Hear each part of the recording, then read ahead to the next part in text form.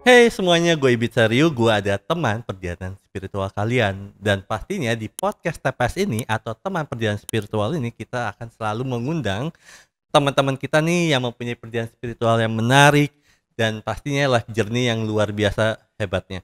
Dan kalau teman-teman nih suka banget dengan konten TPS ini, kalian boleh pastinya harus yang namanya wajib like, comment, and subscribe. Dan kalau kalian mau ngasih reward ke kita nih ya untuk memperbaiki podcast ini lebih baik, seperti contohnya adalah stand mic ini, kalian boleh di bawah itu ada namanya The Big Love, kalian boleh donasi berapapun. Dan gue yakin banget bahwa podcast yang gue sajikan ini selalu membuat kalian mendapat inspiratif dan mendapatkan new enlightenment. Dan hari ini kita kedatangan seseorang yang penulis buku yang luar biasa. Siapa lagi kalau bukan Syahnas Hartono. Syahnas ya? Syahnas Hartono. Apa kabar? Baik, terima kasih Rio sudah mengundang. Makasih. Nah, panggilannya siapa tadi biasanya? Ines. Oke, Ines. Nah, kebetulan aku orangnya agak short memory, jadi gampang lupa nama orang. Nah, so tadi kesini macet nggak sih? No, not really. Okay. Tadi dari mana sih? Nggak salah dari siaran di siaran dulu di Trans TV.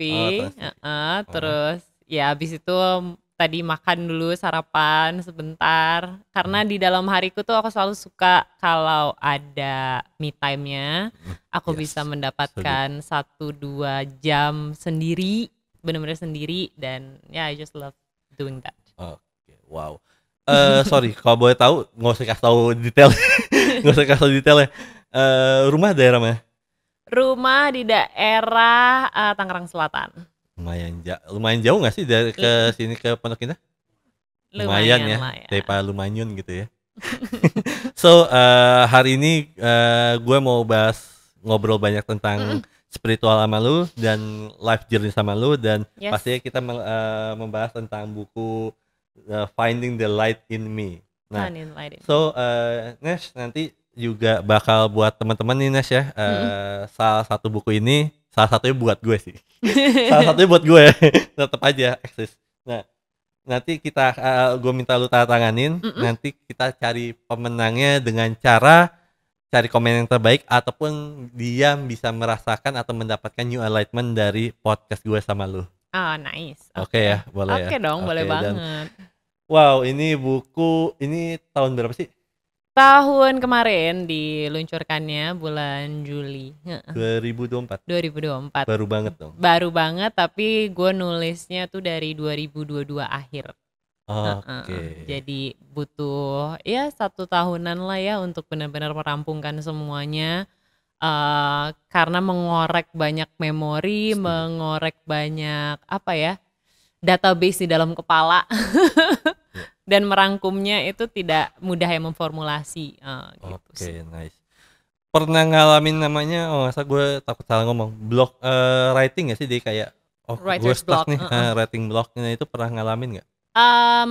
I guess semua orang pernah ya, semua penulis writer's blocknya ada lah ya pasti. Cuman kalau buat gue sih setiap kali gue ngalamin writer's block, gue biasanya baca lagi gitu ya, baca buku apa kayak gitu. Karena kita kan kadang nggak bisa ngeluarin kalau kita nggak konsum ya. Jadi kita harus konsum lebih banyak sih kalau gue selalu memikirnya gitu. Jadi dan kadang tuh kalau gue lagi nulis, misalnya gue lagi nulis tentang spirituality gitu, banyak gitu, terus gue kayak baca banyak tentang spirituality, terus gue tiba-tiba ada writer's block.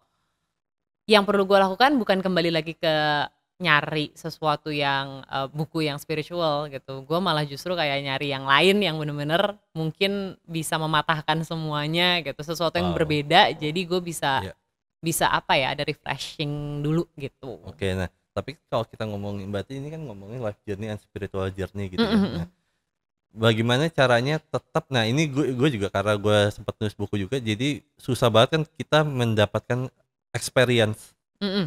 Dan apalagi setiap hari aja belum tentu kita mendapat experience yang mungkin worth it untuk kita tulis di buku, right? Nah, itu gimana tuh ketika pastinya kan ada satu momen yang kayak wah, ini gue gimana cari experience-nya nih selain ngomongin tentang your masa lalu, tapi kan ada ngomongin masa sekarangnya juga kan. Nah, itu gimana tuh? Kalau menurut gua ya untuk menjadi seorang penulis, salah satunya adalah memaknai apa yang kita lihat di kehidupan sehari-hari yang mundane, yang mungkin very ordinary and finding meanings in it gitu. Oke, wow. Jadi So good. nggak yang gue nggak butuh kayak near death experience untuk nulis buku. Ya, I don't setuju. think like that gitu. But I think dengan apa yang gue jalanin setiap hari, sesuatu yang rutinitas yang mungkin membosankan gitu. Tapi kalau gue punya sensitivity cukup untuk mencari apa makna di balik rutinitas yang membosankan ini, apa makna di balik setiap hari makan makanan yang sama, apa sih makna di balik gue harus commute setiap hari 1 jam ke kantor, untuk apa?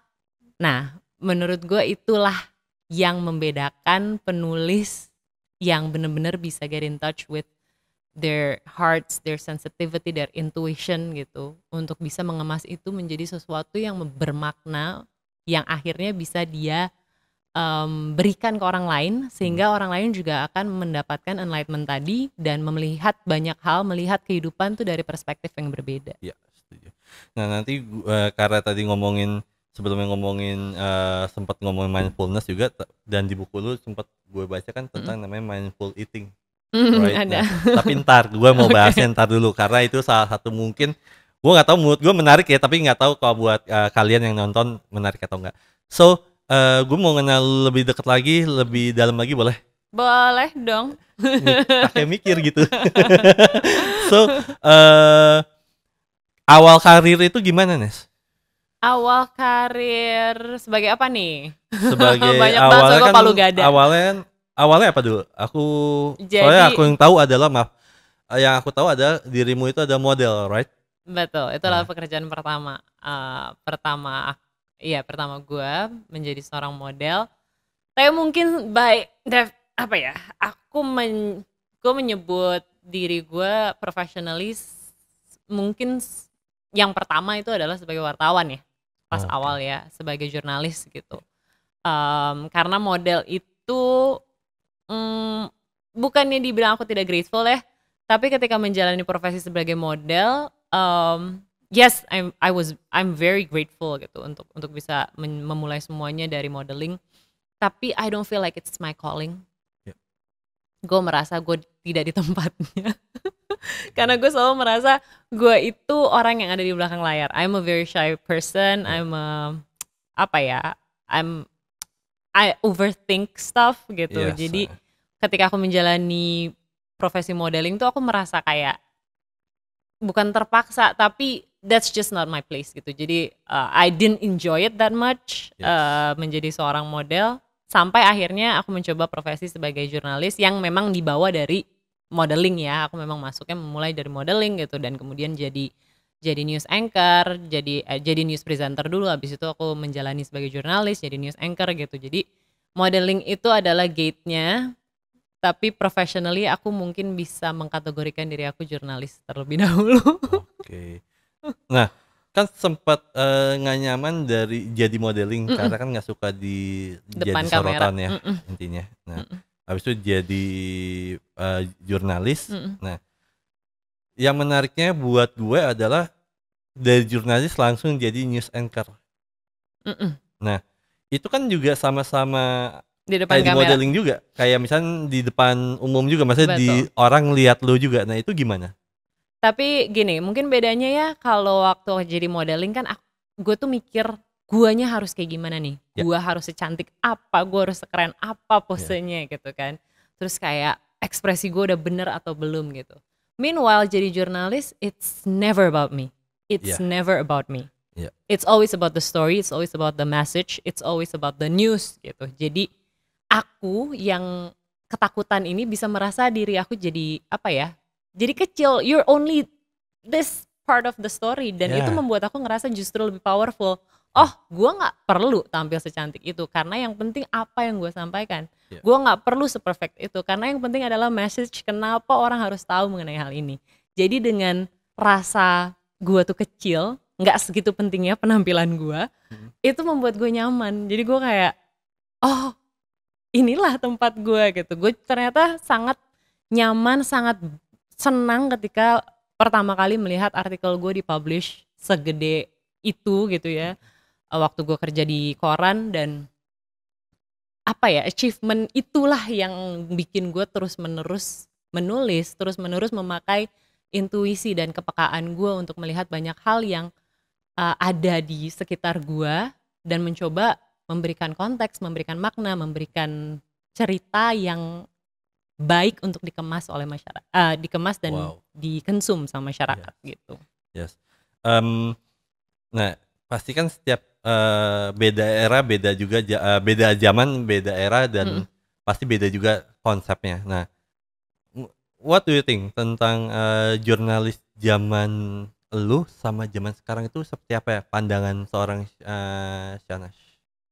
Apa ya? Menurut gue sih nggak ada bedanya ya. Maksudnya terlepas dari kita sudah masuk ke dunia digital ya, yang mana semuanya serba cepat gitu. Jadi zaman dulu mungkin semua orang akan, pas zaman gue masih baru jadi reporter, semua orang masih nonton TV banget gitu. Jadi apapun yang terjadi tuh harus ke TV dulu gitu. Dan TV itu adalah kanal pertama, tapi kita juga harus memberikan yang sangat tepat.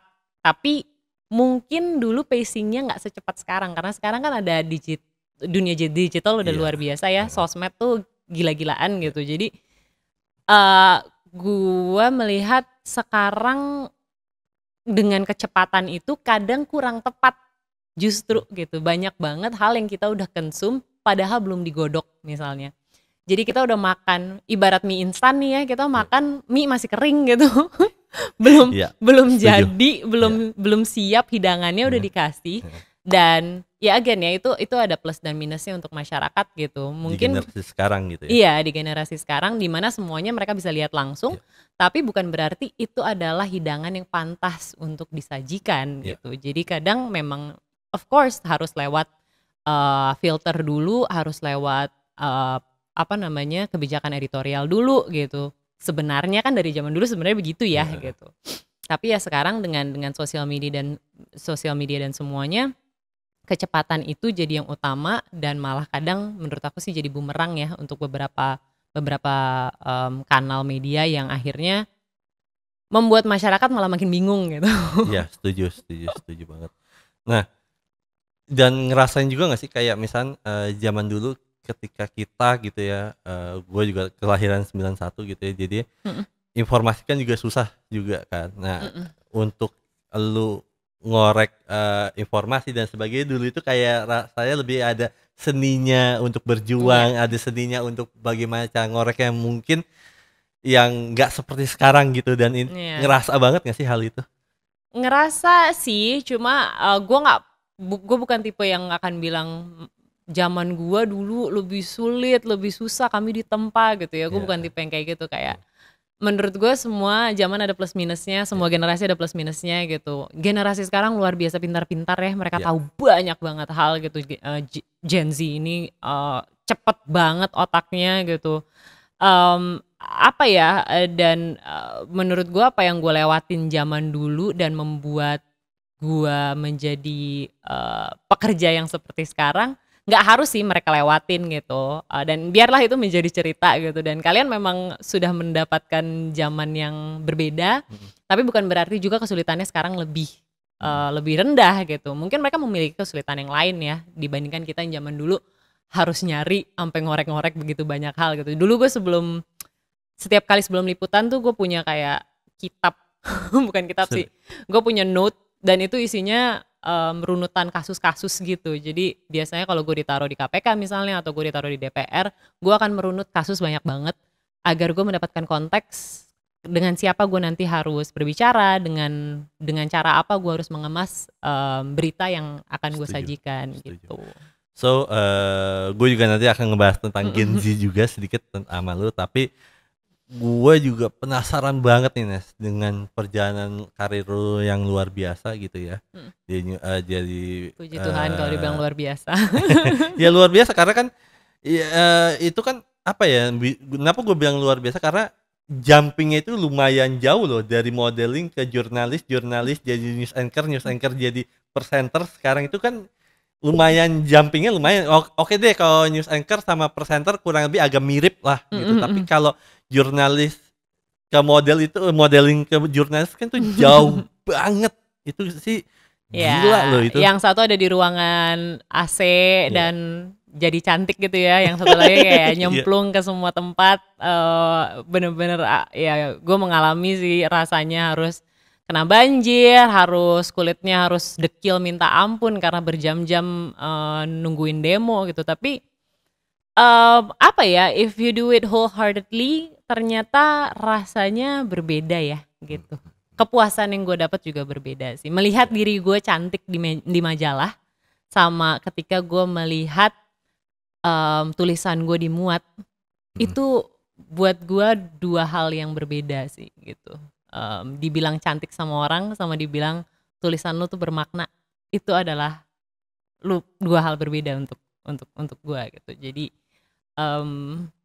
iya, experience itu gue sangat hargai sampai sekarang.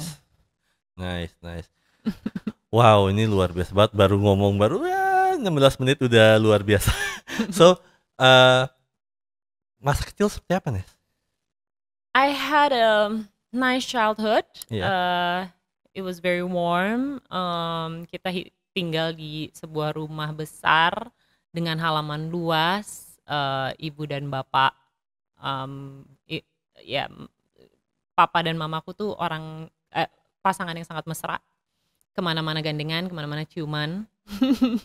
Apa namanya, MPD atau apa? Nggak tahu ya, namanya? tapi itulah PDA. PDA, sorry, maaf. PDA ya, gue nggak hafal bahasa zaman sekarang. Public display of affection. Wow. Ya itu selalu mereka lakukan. Jadi mereka memang pasangan yang sangat hangat. I have two sisters. Both are very lovely. Aku tidak bisa hidup tanpa mereka. Mereka yang membuat diri aku seperti sekarang. Tanpa support dari kakak-kakak aku bukan Ines yang sekarang. Wow, nice. Yeah, I live in a very nice home. Yeah. Terus aku pelihara banyak banget binatang, banyak banget anjing, 25 lebih. Pernah satu ketika kayaknya pernah 30 ekor lebih. Kami punya banyak bebek, ayam, burung, kura-kura, ikan. Jadi it was a nice childhood. It was a nice home. Dan ya overall sih seperti itu ya kayaknya masa kecil aku. Pola asuh seperti apa Nes? Sebelum pola asuh, berarti kamu lu itu berapa bersaudara? 3. Sedangkan lu anaknya? I'm the youngest. Anak paling terakhir. Sama dong. Bungsu. Sama. Gue 2 bersaudara, gue yang paling terakhir juga. So pola asuh seperti apa Nes yang lu dapet dari kedua orang tua lu? Apa ya, kita sih kalau gue sebenarnya sekarang gue melihat kedua orang tua gue tuh membesarkan gue sebaik mungkin dari yang mereka tahu saat itu. Karena zaman dulu ilmu parenting tidak semudah sekarang ya. Ilmu parenting zaman sekarang ada di semua tempat gitu. Dan kita jadi tahu banyak banget hal. Terus kita bisa mengkoreksi dulu kok waktu zaman gue kecil gue gak gini, zaman gue kecil gue gak gitu. Tapi that's a way to discredit our parents gitu, dan I don't want to do that karena mereka melakukan apa yang mereka bisa saat itu. Jadi aku bisa bilang pola asuh yang aku dapatkan, mereka punya karakter yang berbeda. Mamaku punya karakter yang sangat kuat, dominan gitu, sedangkan papaku malah justru dibilang alpha female mungkin ya in a way, tapi papaku adalah provider sejati, pria yang diidam-idamkan semua wanita, pria yang bertanggung jawab, pria yang hard worker. He gave us a very nice life, bahkan sampai akhir hidupnya dia masih bekerja luar biasa untuk kami gitu. Jadi yes, we had our ups and downs, tapi I've made peace with that. dengan karakter mereka dan ya itu dinamika yang mereka jalani. It was okay. It was not the best. It was not that ideal, but it was a nice life and Wow. a life filled with love. Dan aku ngerasa nggak semua orang bisa memiliki hidup masa kecil seindah masa kecil aku. Ya, setuju. Dan to that I'm very much grateful. Of course we had our ups and downs. Ada beberapa hal yang mungkin mandek, trauma atau menyisakan luka, tapi aku rasa it's part of being alive nggak sih? Jadi no, it's not a way buat aku memberikan koreksi ke mama sekarang gitu. Mama kenapa dulu nggak kayak gini? Mama kenapa dulu nggak kayak gitu? Udah enggak gitu kan. I've made peace dan sekarang di usia 36 tahun aku juga punya anak gitu dan aku tahu menjadi orang tua itu tidak mudah.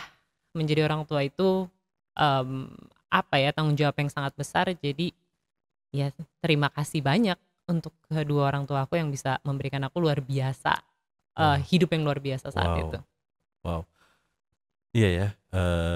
My mom juga stay single mom juga kan, gitu kan, karena divorce gitu. Memang aku mengakui bahwa gimana ya ngomongnya, menjadi seorang ibu yang sendirian membesarkan anak,